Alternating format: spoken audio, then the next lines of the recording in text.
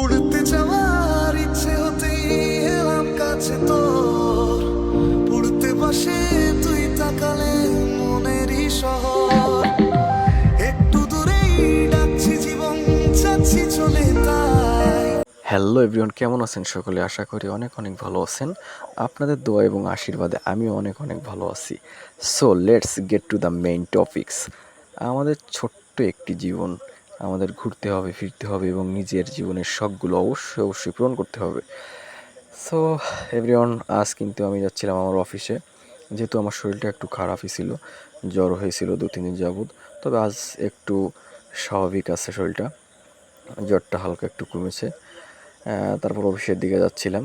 So আজ কিন্তু একটু বৃষ্টি হচ্ছিল খুলনাতে।